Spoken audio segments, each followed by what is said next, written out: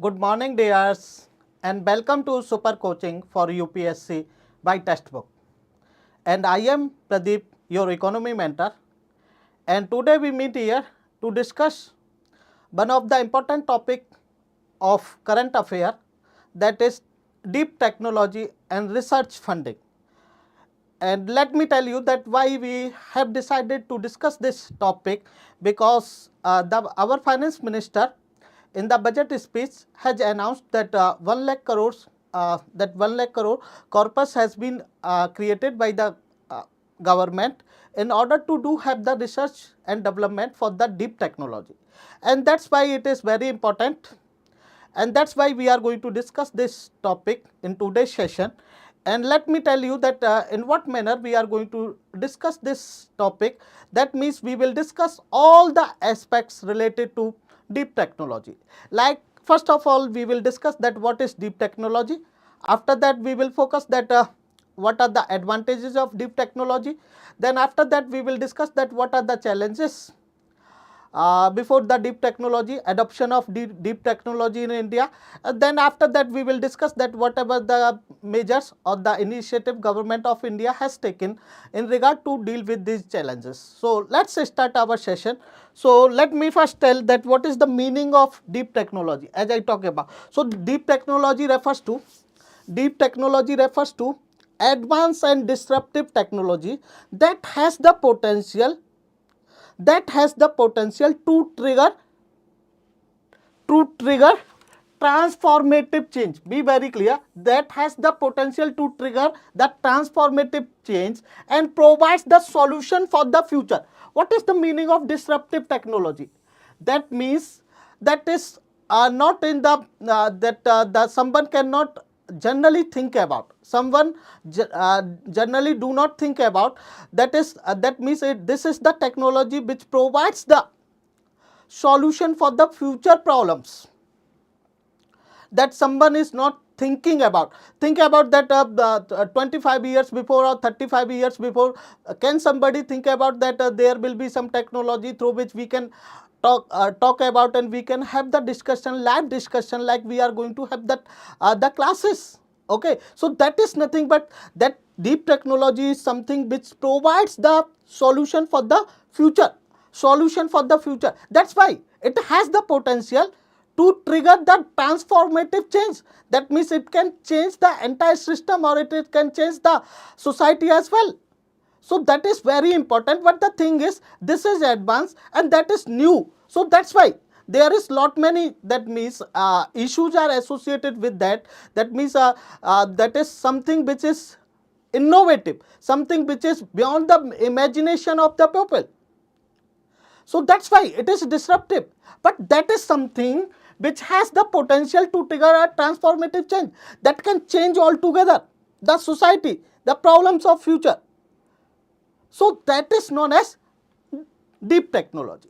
So when we talk about the deep technology, this term is generally described to have the cutting edge research in nanotechnology, to have the research in biotechnology, to have the research in material science, to have the research in quantum technology, to have the research in semiconductors, to have the research in artificial intelligence, to have the research in data science, to have the research in robotics, to have the research in printing, 3D printing, to have the research in chat GPT. Now the chat GPT is very common, but that means some time before it was not very common. Artificial intelligence. So that means all these are known as, they are going to be part and parcel of deep technology.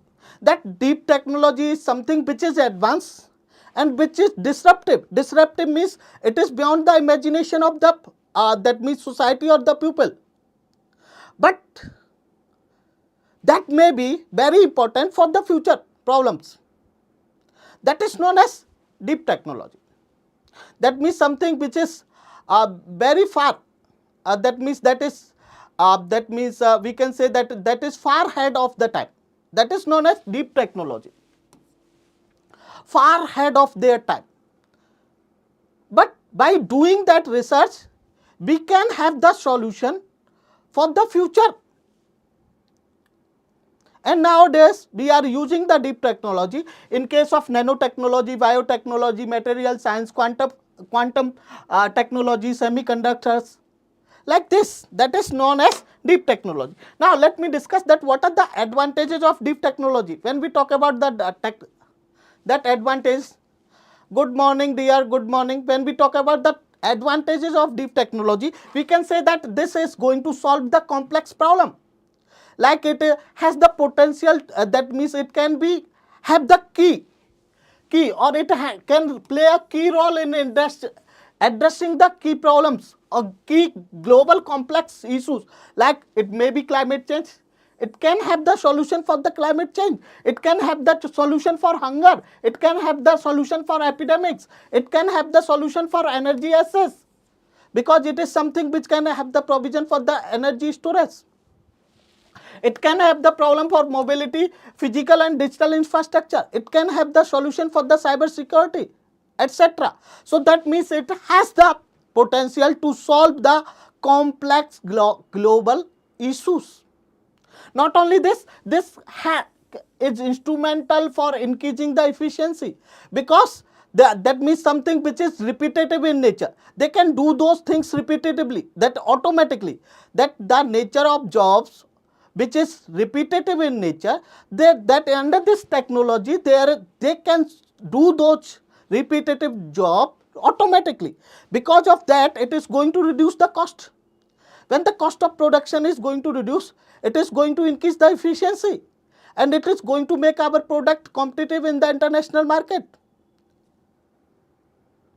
And because of that, our export can increase. So that means it has the potential to increase the efficiency.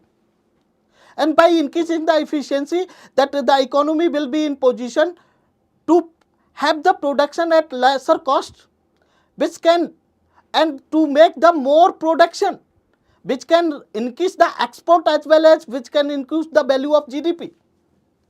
So that is the meaning of increased efficiency. That why it has the potential to increase efficiency, because it has the technology which can do the jobs of repetitive nature automatically. Not only this, it has the that means it can increase the decision making, because the algorithm of deep technology is that it can do the predictive analytics. Because of that predictive analytics, it empowers the organization to make the data driven decisions based, and because of that, it enables better forecasting.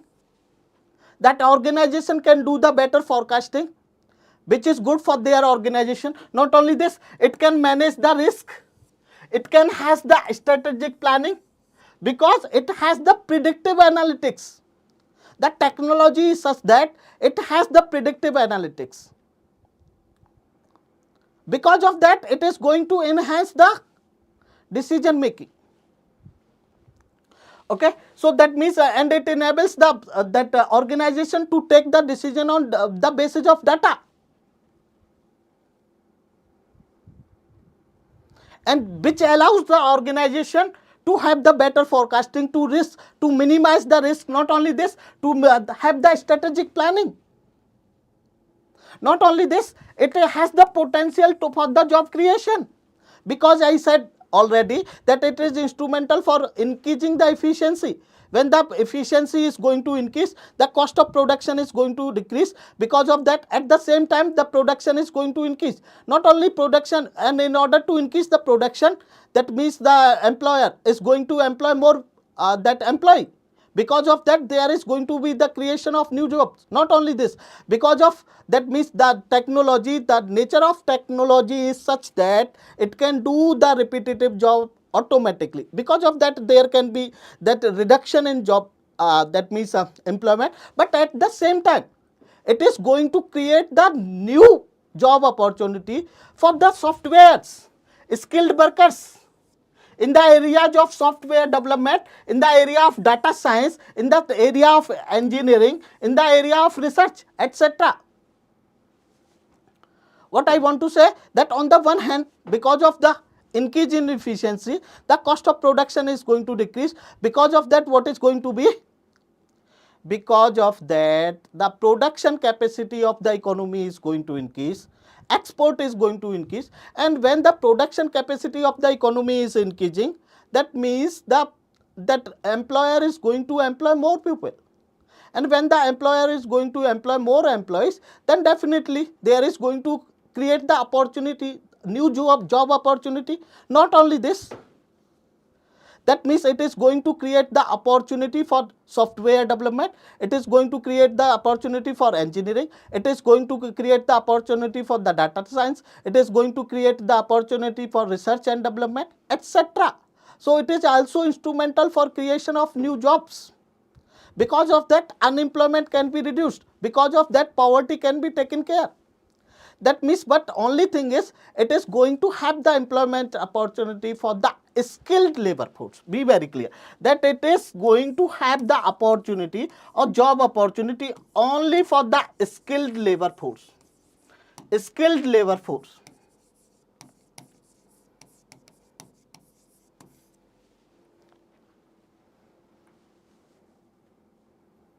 Okay, when we talk about the challenges, that what are going to be the challenges for the deep technology, the challenges is that as we talk about that it is capital intensive. That means there is need to, that means it has, that projects are time and money intensive, that the deep technology projects, be very clear, the deep technology projects are time and money intensive. Like I talk about that the gestation period in case of deep technology, it may be more. What is the meaning of gestation period? The meaning of gestation period is, let me tell you that what is the meaning of gestation period.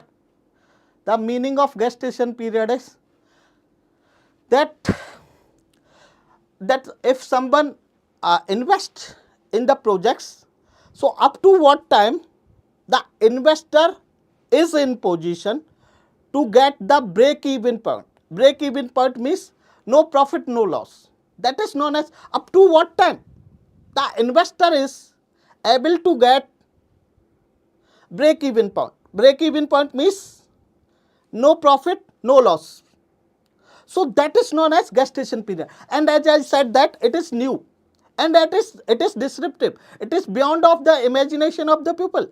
So initially, that means because of all this advanced technology, because of being disruptive in nature, that gestation period may be more.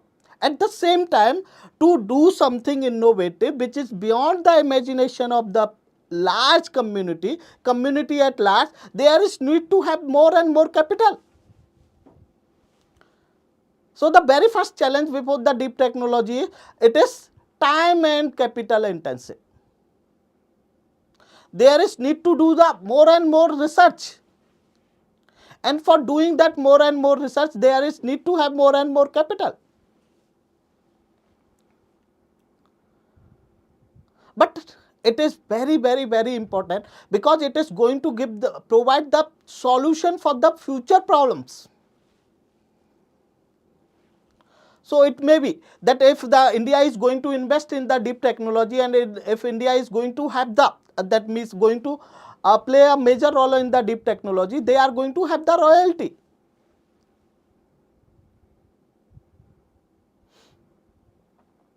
So that is the very first challenge, that it is capital intensive. It is time and capital intensive, meaning lot many investment is needed to have the feasibility of deep technology. Second is, we can talk about that there is low expenditure on research and development in case of India. India is only investing 0.65% of GDP in research and development. India is only, because as I talk about, that is beyond the imagination of the people. It is far ahead of their time. So people may not have the trust in that type of technology. If the project is going to be, or technology is going to have the failure, what is going to be the consequences?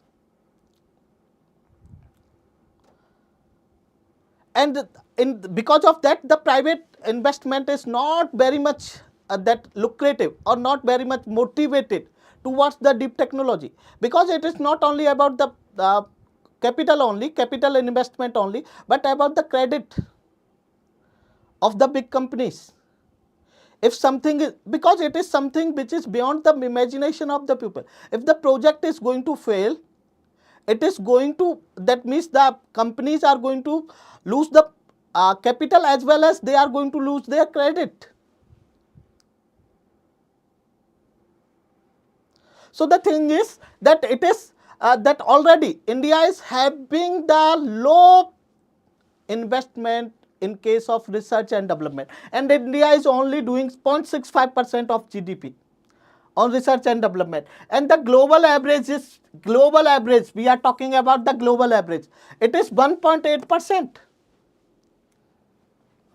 That means we are almost investing 1/3 of the global average, and this deep technology need the more and more capital.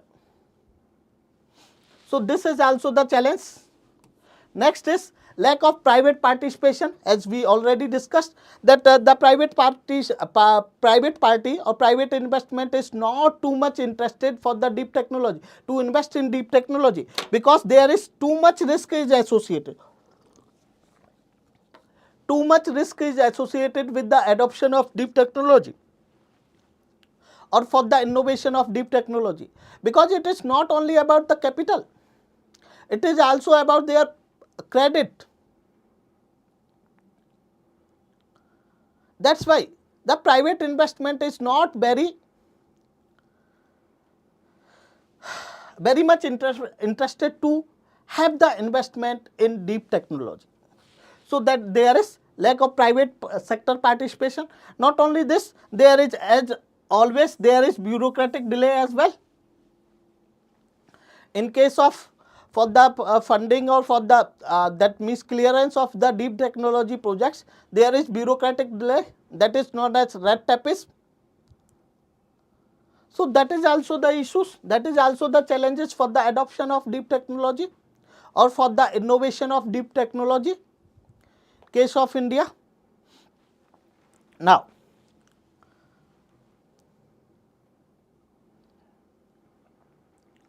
when we proceed further, that what are the government of India has taken the initiative, what initiative government of India has taken in regard to adoption of deep technology. The very first, we can say that there is public private collaboration as a solution. Okay, that government of India is motivating the private sector to have the interest for investment in deep technology.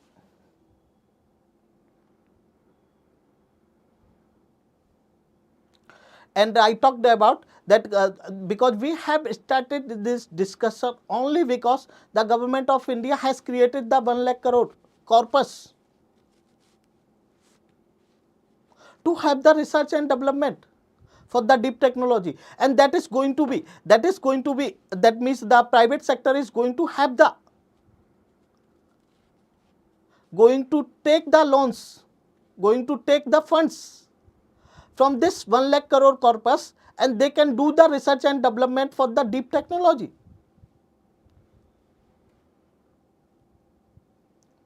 So that the adoption of deep technology in the case of India can be feasible, can be realistic.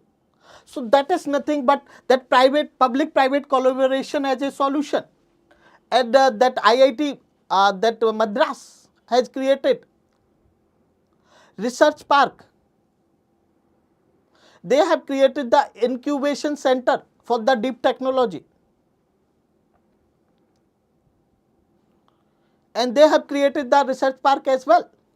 So what is going to be that public private partnership, that means government of India in the budget have the provision that there should be 1 lakh crore corpus for funding the research and development for the adoption of deep technology, to have the potential adoption of deep technology in case of India. That's why we have started this discussion. so that private investment can be motivated. The private individual can do the research and development.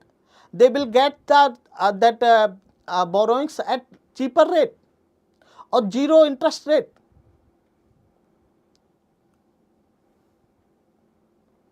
So that is the private, and other is National Research Foundation. That Government of India has established a National Research Foundation to do the research and development, for the adoption of deep technology.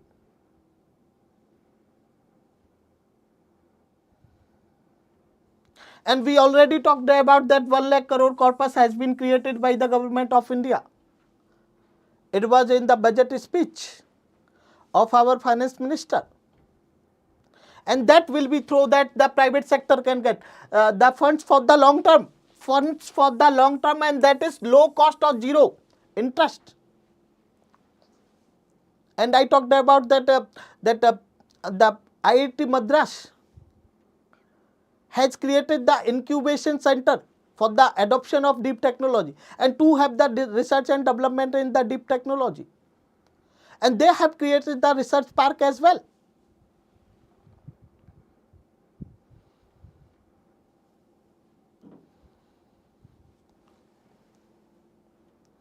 So these are the important initiative that has been taken by the Government of India to have the feasibility and to have the reality of deep technology, and for the research and development of deep technology in case of India. When we proceed further, we can talk about that what are the initiative, other initiative we can talk about that the Government of India has also had the National Mission on Transformative Mobility and Battery Storage. That what are the other initiative Government of India has taken to deal the challenges? That is nothing but Government of India has the National Mission on Transformative Mobility and Battery Storage. That is nothing but fostering innovation in mobility and energy storage. This is a mission, this National Mission on Transformative Mobility and Battery Storage. This is a mission which is fostering the possibility to have the innovation in the mobility and to have the innovation in the energy storage.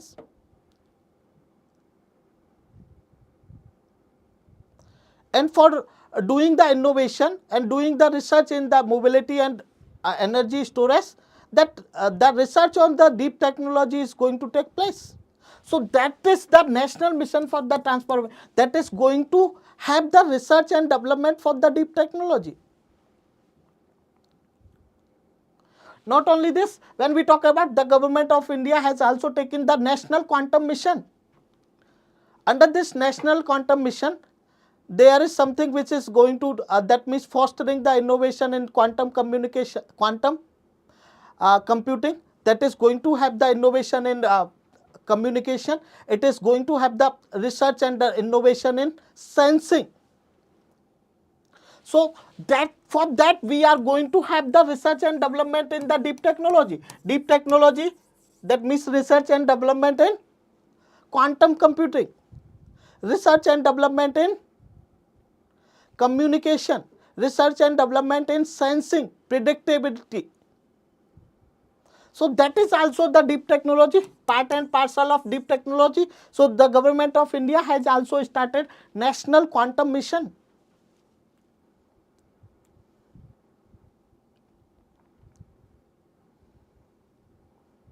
Not only this, when we talk about the other, there is the Government of India has announced a National Deep Tech Startup Policy. Be very clear that Government of India has also announced a National Deep Startup Policy. Government of India has also announced the National Deep Tech Startup Policy. There is a dedicated policy for the deep technology, and that means there is going to be the mission driven approach. That means this policy is going to take care of the project basis, that what are going to be the problems of a specific project. Like there can be problem for the robotics, projects of robotics. There can be that some issues in regard to research for nanotechnology. There can be some issues for the in regard to project of biotechnology. So that means it is going to be mission approach, project wise approach to eradicate the issues of the particular project. Okay, that means it is going to provide the conducive environment for the companies operating in the deep technology sectors, that on particular projects, whatever the companies are going to, whichever company is going to deal with the particular project which is concerned with deep technology, if there is any issue, there is provision under the deep technology startup policy that they are going to be taken care. Not only this National Deep Technology Startup Policy addresses specific challenges of technology startups and created a thriving ecosystem for the growth of deep technology. Not only this, it is also going to have the government approval, a comprehensive approach for building a vibrant deep technology startup ecosystem. That means this National Deep Technology Startup Policy is going to take care the problems whatever is going to be in case of innovation and research and development for the deep technology. That's why let me discuss the key objectives of National Deep Technology Startup Policy. What are the key objectives of this policy and what are the key components of this policy? Let me discuss that what is the key objective of this policy and what are the key components of this policy. So, what are the key objectives? When we talk about, the key objective is competitiveness. To have the competitiveness among the companies in regard to adoption of deep technology. Not only competitiveness but also collaboration. I will discuss each and everything. And this National Deep Technology Startup Policy also have the provisions to give the incentives to the companies or to the projects which have better performance for the adoption of deep technology.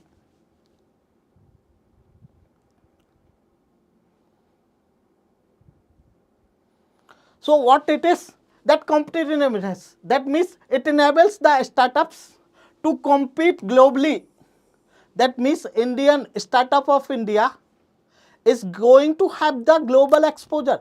That means for the adoption, they will do the research and development for the adoption of deep technology, and through that they will compete with the global giants. For that they will compete with the global giants, which will increase their efficiency, fostering the innovations and increasing the efficiency of the startups. So, it is going to create the competitive environment in case of Indian economy. It is going to have the competitive environment in Indian economy.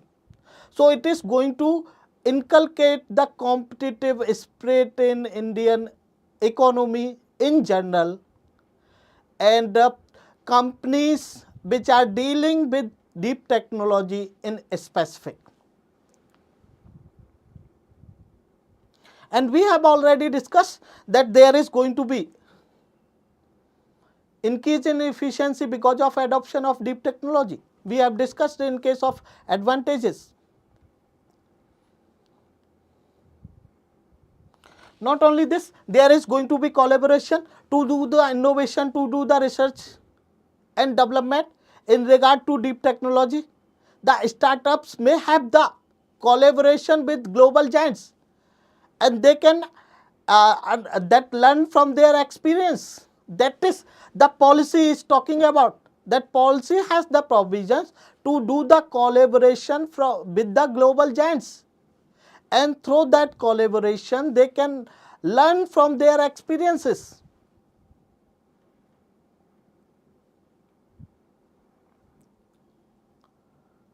Not only this, this deep technology, this National Deep Technology Startup Policy also has the provision for incentives to promote the companies to do more and more research and development for the adoption of deep technology. So that is, there is also the provisions for incentives. So these are the objective of National Deep Technology Startup Policy. Now let me discuss that what are the key components of National Deep Technology Startup Policy. When we talk about the key components, that means there is going to be funding opportunity, that be the case of private sector or be the case of government, that they are going to, this policy is going to create the funding opportunity. That means if someone is going to invest, they are going to be, as I talked about, they are the new technology, so they are going to have the copyright, and through that they can earn the that means royalty. So that means there is funding opportunity since it is new, and by having the funding, and it is capital intensive, when it is going to provide the funding opportunity, and the government of India has created the corpus as well, and through by taking the loans, the private sector may have the investment in the research and development for the deep technology, and because of that they can create the prototype, and when the prototype is going to be succeed, they may have the copyright, and through that they can earn the royalty. So there is going to be a funding opportunity, and I already talked about there can be intellectual property rights, copyrights. As I talked about, this deep technology have the potential to solve the problems of future. So currently it may seems unimaginable, but that is reality. And if the research and development is going to take place, and if it is going to succeed, they may have the intellectual property right, and through that intellectual property right they may earn the many money in the form of royalty. So there is tax incentives, and yesterday when we were discussing the tax GDP ratio, I talked about that is something known as tax subsidy. So the government of India is also providing tax incentives to the private sector for the research and development in deep technology, so that the private investment can be promoted in the research and development. They may have the liberty, they may have the exemption in the taxes. That is known as tax incentive, and that is not whatever government is going to waive off the liability of the business sector not to pay taxes, what is going to be their actual liability of tax, and whatever they are going to pay. That means there is going to be difference in the tax liability of the business sector and whatever tax they are going to pay because of tax exemption, because of tax deduction, because of tax incentive. That difference is known as tax subsidy. We have discussed yesterday. So when the private sector is going to have the investment in the deep technology, they are going to have the tax incentives as well. And under this policy there is also a regulatory framework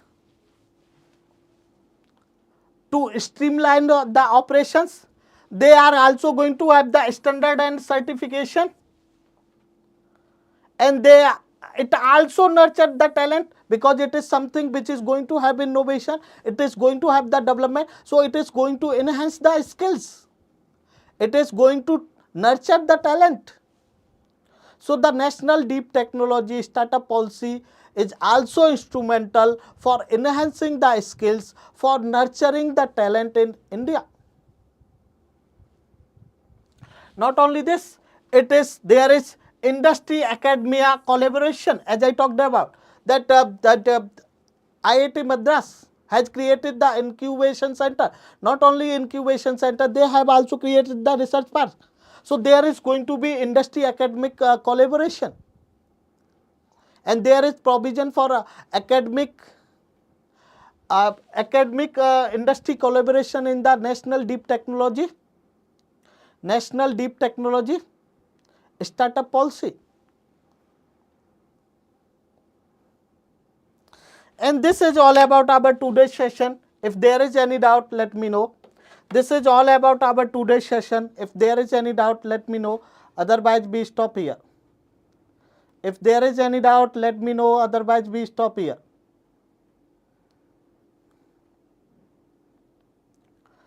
Thank you very much, dears. Thanks a lot. We stop here. Thank you very much. Thanks a lot.